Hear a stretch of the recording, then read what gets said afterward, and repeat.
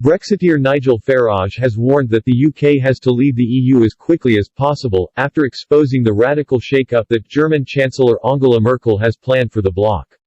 Germany will take over the 6-month presidency of the bloc in July, and Mrs. Merkel has already laid out a radical agenda that has terrified Eurosceptics. Speaking about her plans, Mrs. Merkel said her agenda would include promoting a European health care system for all member states, a financial transaction tax, minimum tax rates and a joint carbon emissions trading scheme for planes and ships. Earlier this week, Mrs. Merkel said her country's presidency will be clearly dominated by the issue of combating the pandemic and its consequences. Nigel Farage told Julia Hartley-Brewer on Talk Radio that the UK had to leave by the end of 2020, or the country's economy will suffer. He said, "We have left the EU politically but not economically.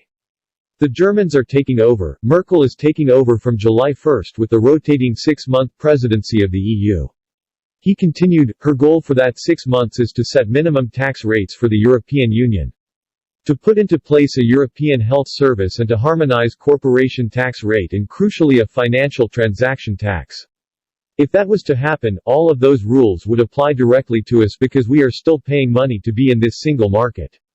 Any laws directly apply to us. I cannot think of anything that would be more damaging than a financial transaction tax to this country."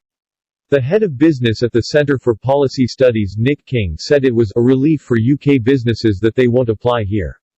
Adam Smith Institute head of research Matthew Lesh echoed this, saying, "We have rightly thrown our economy into the ICU to protect lives.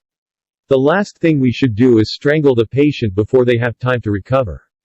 He added, "These proposals would actively discourage everything we now need, a thriving economy in which companies employ and transact.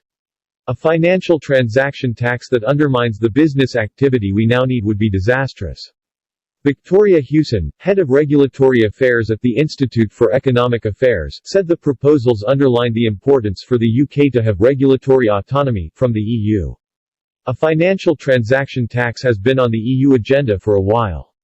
The UK and some other member states strongly resisted it, but there was always a risk that the UK could be outvoted under qualified majority voting and be forced to implement it. Without the tax applying to transactions in the City of London, it is unclear how much revenue such a tax would raise in the EU, especially if it encourages more business to move out of the EU, which would clearly be seriously counterproductive to any post-coronavirus recovery.